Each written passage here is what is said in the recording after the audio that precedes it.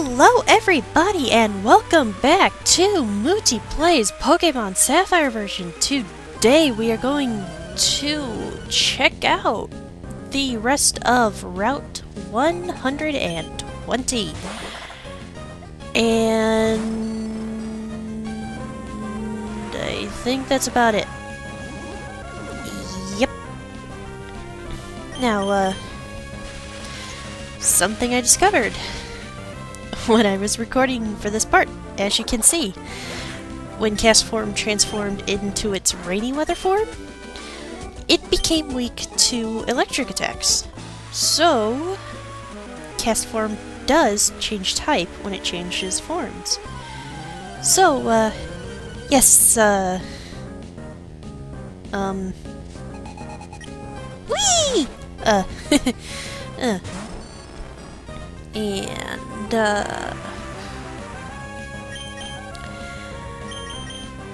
whew,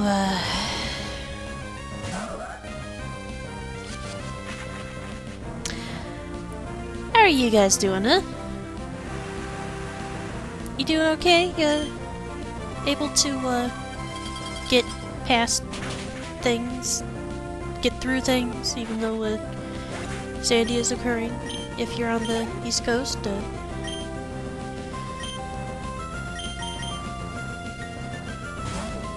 As I've said before,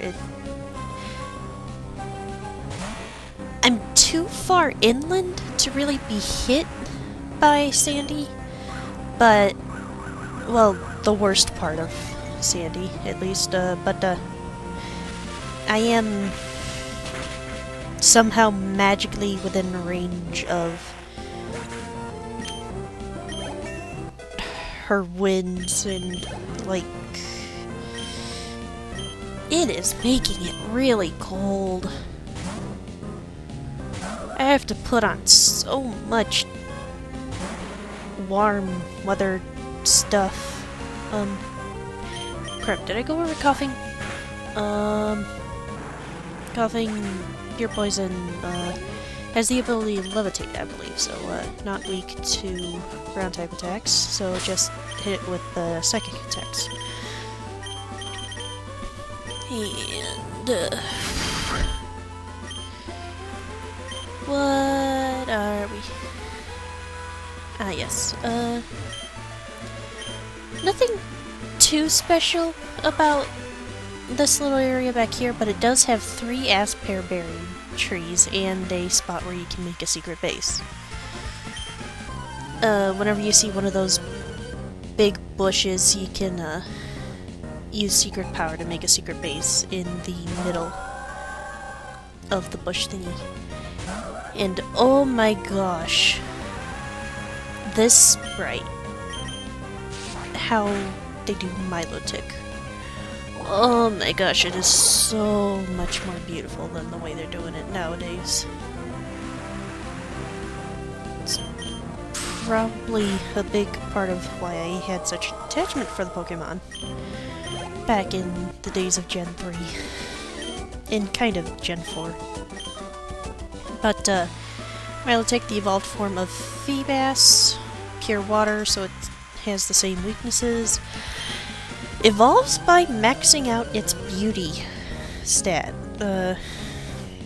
which can be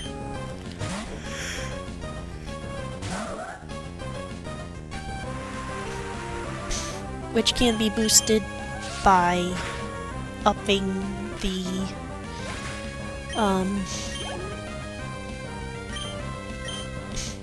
which can be boosted by feeding it blue Pokeblocks.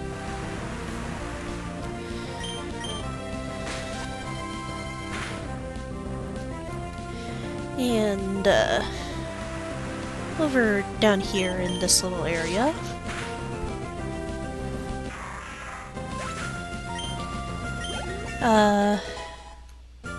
it's a bit of a hedge maze, or grass maze, whatever you want to call it. You can just run straight through it to get done with it faster, but,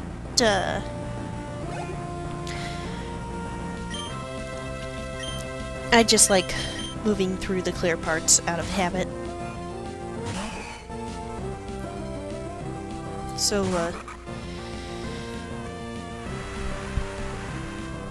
yeah, let's see.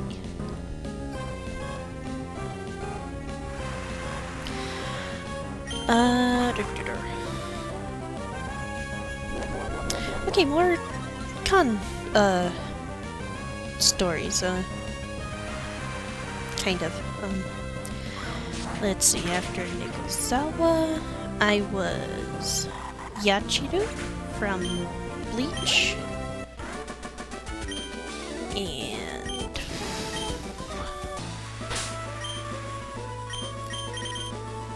unfortunately, my boyfriend at the time was not a what was it was Ken something. Crap.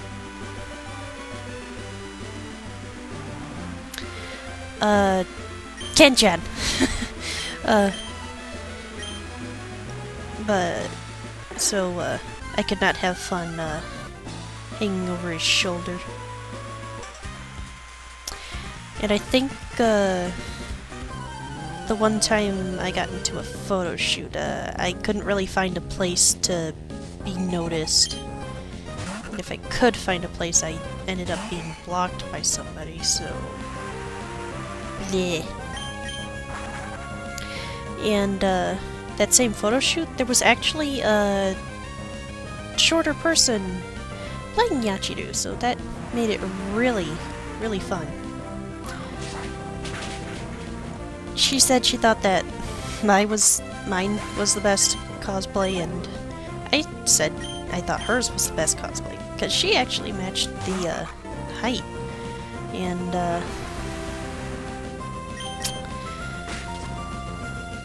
I don't recall. I don't think I ever learned if she was naturally that short, or if she was just young enough to be that short, but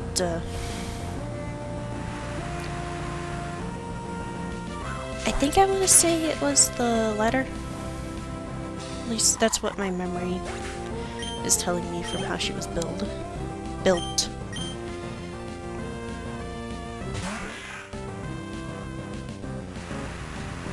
And that's about it. And the next time I cosplayed, I did Momo from Bleach.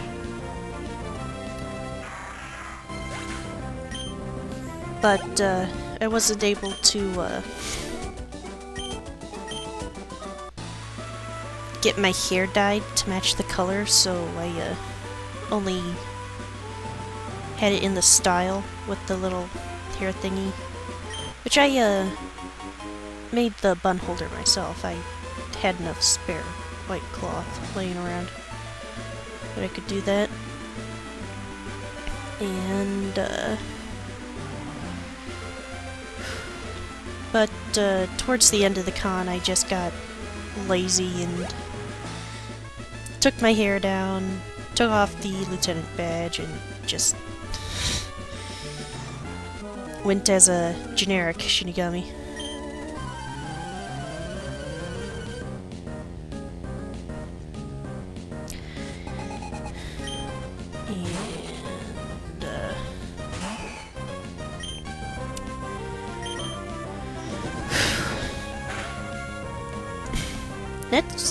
Next cosplay I did was a Utsuho Ryuji from Toho 11 Subterranean Animism,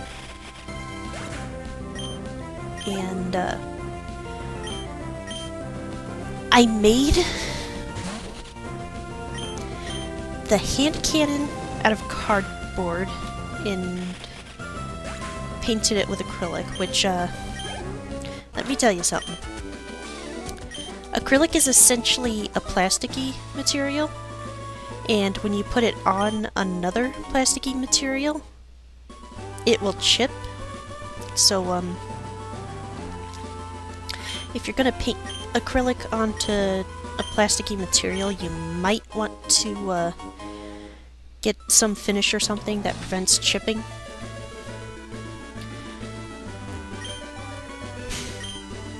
But, luckily the chipping wasn't too bad, since, it was only the corners of the cannon, and not the entire cannon. And,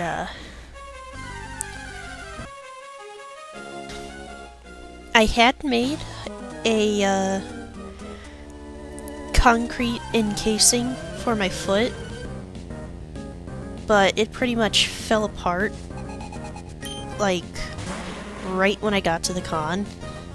Well, right after I got my badge, actually. Well, my pass, whatever you want to call the thing. 'Cause, like, I held it together with Velcro squares, but,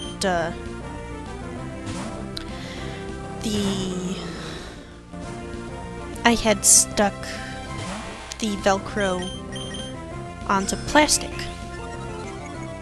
And plastic is a not terribly porous substance, so glue does not stick well to plastic.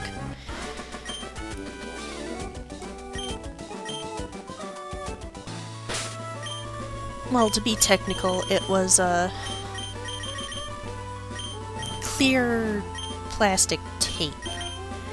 Like, I had wrapped a bunch of paper around my foot, used the tape to hold it together, and then cut it up, and then fashioned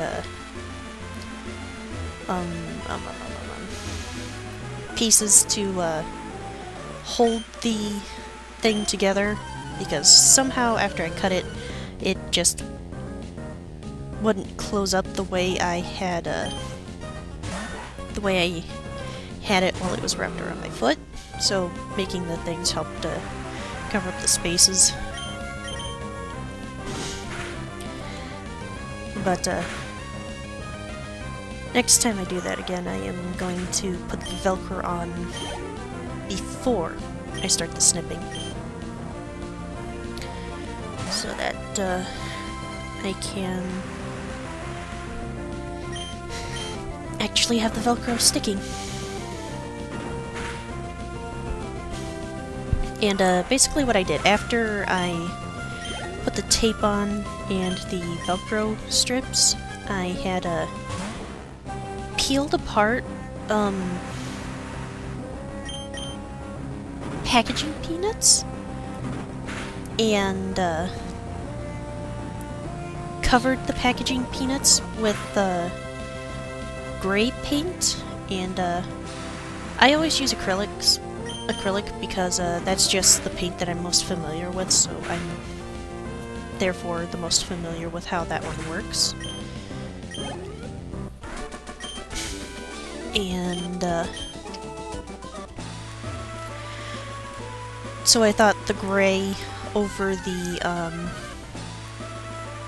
broken up parts of the peanuts would make it look like broken up concrete, and it did that effect very well. It's just I failed at keeping it together, so but luckily I had a backup of a gray piece of clothing that I could just turn inside out to the plain gray side and stick my foot through it to make up for the lack of a proper concrete thingy. And for her cape, I just used a thin white blanket that I have, and for the wings, I had I saved the cardboard from the boxes that had the parts for my computer desk. And I cut that up into the general shape of wings, and I got a bunch of black cardstock paper. I wanted to get black construction paper, but I could never find packets of just black construction paper. It was always multicolored when there was black. So I went for the cardstock, and I had cut each and every individual feather out and taped it over the cardboard base that I had for the wing. And it looked really nice when I was done with it. If anything, I just didn't really brace it properly, like the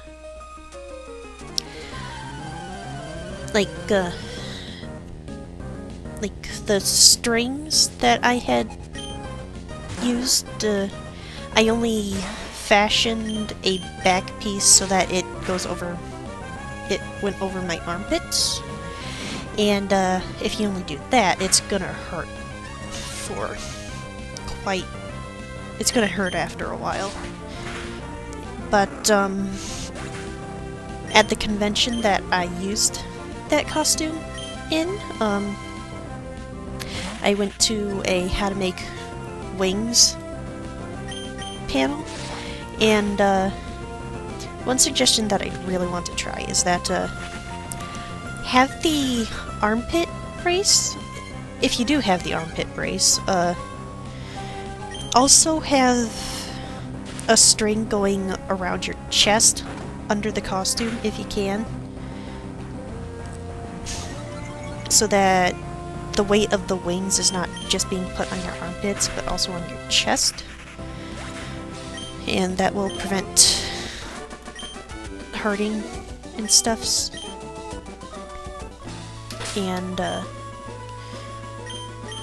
I wanted to dye my hair, but again, I just couldn't get it dyed in time, so I ended up buying a wig, and I bought the actual outfit. And